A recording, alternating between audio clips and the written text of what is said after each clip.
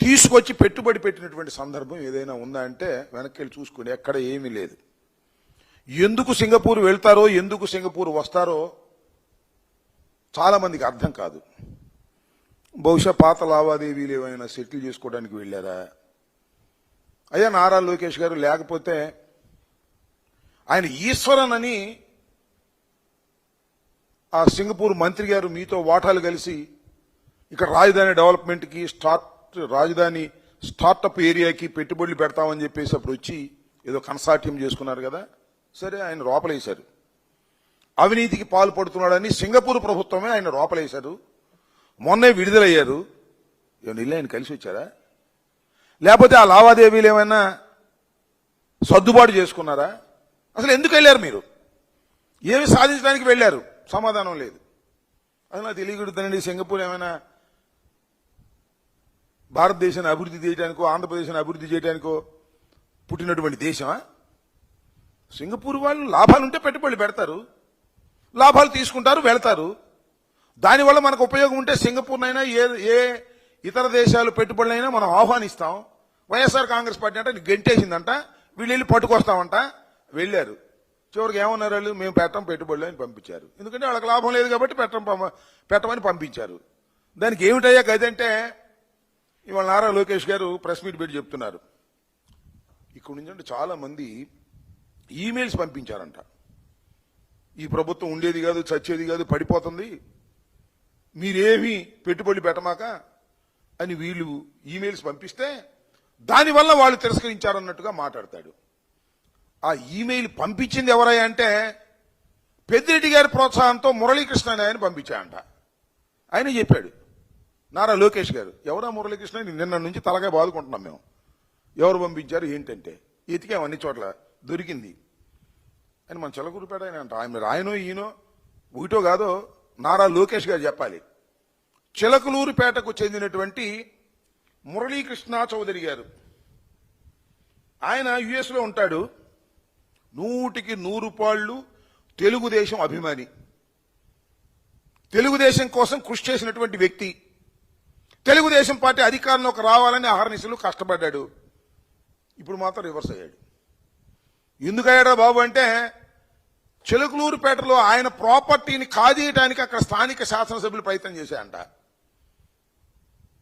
ఇంత కలలుగన్నటువంటి కూటమి ప్రభుత్వం, చంద్రబాబు నాయుడు గారి ప్రభుత్వం అధికారంలోకి వచ్చినా కూడా నాకు న్యాయం జరగకుండా నా ఆస్తులే కాజేసే పరిస్థితికి వచ్చేశారు, కబ్జా చేసే పరిస్థితికి వచ్చేశారు తెలుగుదేశం వాళ్ళు, మా వాళ్లే.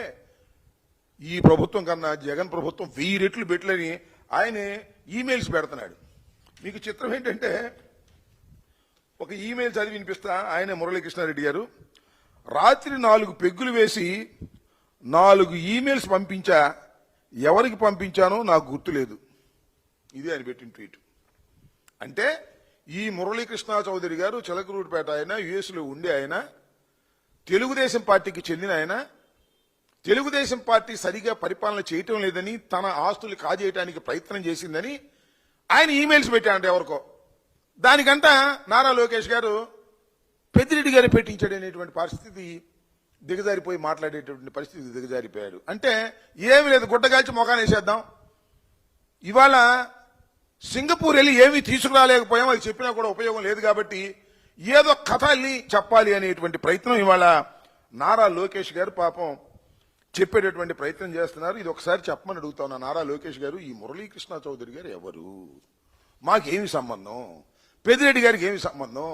పెద్దిరెడ్డి గారి మీద పడేటువంటి కార్యక్రమాలు ఎందుకు చేస్తున్నారు అనే విషయాల్ని దయచేసి నారా లోకేష్ గారు సెలవిస్తే బాగుంటుంది. సెలవేయకపోతే మీ కుట్రలు, కుతంత్రాలు, మీ బురదల్లే కార్యక్రమాలు ప్రజలు చాలా క్లియర్ గా అర్థం చేసుకుంటారని కూడా ఈ సందర్భంగా చెప్తారు. ఆయన చాలా పెట్టే ట్వీట్లు, 1 కాదు 2 కాదు, మీరు ఒకసారి వెళ్ళి చూడండి. ఈ ప్రభుత్వం అంత దౌర్భాగ్యమైన ప్రభుత్వం లేదని, తనకు అన్యాయం చేసిందని ఆయన ట్వీట్లు పెట్టినటువంటి సందర్భాలు. ఆయన ప్రాపర్టీ ఇది చిలకూరుపేటలో, దీన్ని కాజేయడానికి ప్రయత్నం చేశాయంట అక్కడ లోకల్ గా ఉన్నటువంటి తెలుగుదేశం ఎమ్మెల్యే గారు. అందువల్ల ఆయన కడుపు మండి ఈ కార్యక్రమాలన్నీ చేస్తున్నాడు.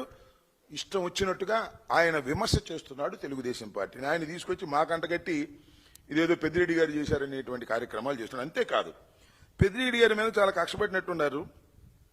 నిన్న కూడా చెప్పారు కదా, పెద్దిరెడ్డి గారు కాలేజీలో చదువుకునేటప్పుడంట ఘర్షణ అయితే చంద్రబాబు నాయుడు గారిని చెప్పుతో కొట్టాడంట.